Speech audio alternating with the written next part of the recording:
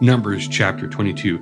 And the children of Israel sat forward and pitched in the plains of Moab on this side Jordan by Jericho.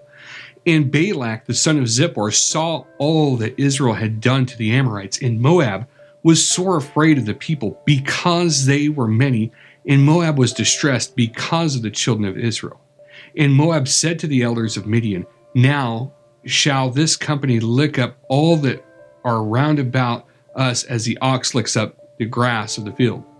And Balak the son of Zippor was king of the Moabites at the time.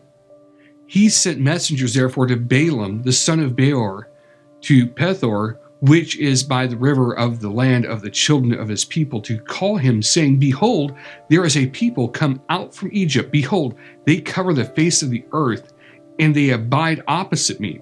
Come now, therefore, I pray you, curse me, this people, for they are too mighty for me.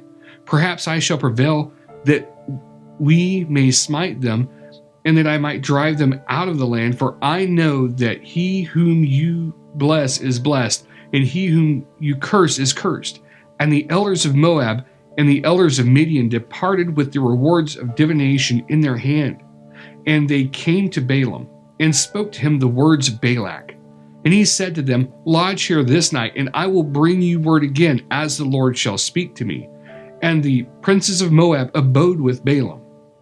And God came to Balaam and said, What men are these with you? And Balaam said to God, Balak, the son of Zippor, king of Moab, has sent to me, saying, Behold, there is a people come out of Egypt, which covers the face of the earth. Come now, curse me them, perhaps I shall be able to overcome them and drive them out. And God said to Balaam, You shall not go with them. You shall not curse the people, for they are blessed. And Balaam rose up in the morning and said to the princes of Balak, Get you into your land, for the Lord refuses to give me leave to go with you. And the princes of Moab rose up, and they went to Balak and said, Balaam refuses to come with us. And Balak sent yet again princes more and more honorable than they. And they came to Balaam and said to him, Thus says Balak, the son of Zippor, Let nothing, I pray you, hinder you from coming to me, for I will promote you to very great honor. And I will do whatsoever you say to me. Come therefore, I pray you, curse me this people. And Balaam answered and said to the servants of Balak, If Balak would give me his house full of silver and gold, I cannot go beyond the word of the Lord my God to do less or more. Now, therefore, I pray you, tarry you also here this night, that I may know what the Lord will say to me more. And God came to Balaam at night and said to him, If the men come to call you, rise up and go with them. But yet the word which I shall say to you, that shall you do. And Balaam rose up in the morning and saddled his donkey, and went with the princes of Moab. And God's anger was kindled because he went. And the angel of the Lord stood in the way for an adversary against him. Now he was riding upon his donkey, and his two servants were with him. And the donkey saw the angel of the Lord standing in the way, and his sword drawn in his hand. And the donkey turned aside out of the way and went into the field. And Balaam smote the donkey to turn her into the way.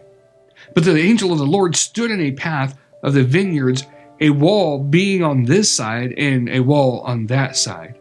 And when the donkey saw the angel of the Lord, she thrust herself to the wall and crushed Balaam's foot against the wall, and he smote her again.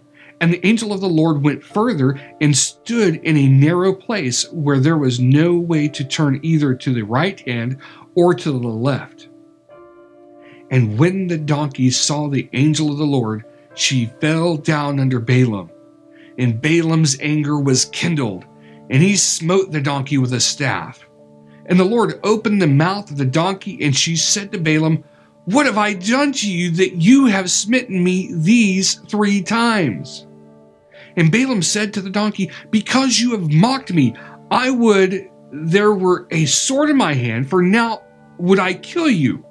And the donkey said to Balaam, Am not I your donkey? upon which you have ridden ever since I was yours to this day? Was I ever wont to do so to you? And he said, Nay. Then the Lord opened the eyes of Balaam, and he saw the angel of the Lord standing in the way, and his sword drawn in the hand. And he bowed down his head and fell flat on his face. And the angel of the Lord said to him, Wherefore have you smitten your donkey these 3 times? Behold, I went out to withstand you, because your way is perverse before me. And the donkey saw me and turned from me these 3 times. Unless she had turned from me, surely now also I had slain you and saved her alive. And Balaam said to the angel of the Lord, I have sinned, for I knew not that you stood in the way against me.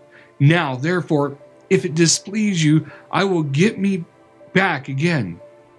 And the angel of the Lord said to Balaam, Go with the men, but only the word that I shall speak to you, that you shall speak. So Balaam went with the princes of Balak, and when Balak heard that Balaam was come, he went out to meet him to a city of Moab, which is in the border of Arnon, which is in the uttermost coast.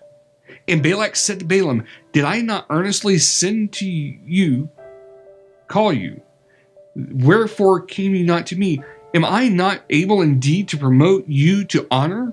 And Balaam said to Balak, Lo, I come to you. Have I now any power at all to say anything? The word that God puts in my mouth, that shall I speak. And Balaam went with Balak, and they came to Kirjath-Huzoth, and Balak offered oxen and sheep, and sent Balaam and the princes that were with him. And it came to pass on the morrow that Balak took Balaam and brought him up into the high places of Baal, that from there he might see the utmost part of the people.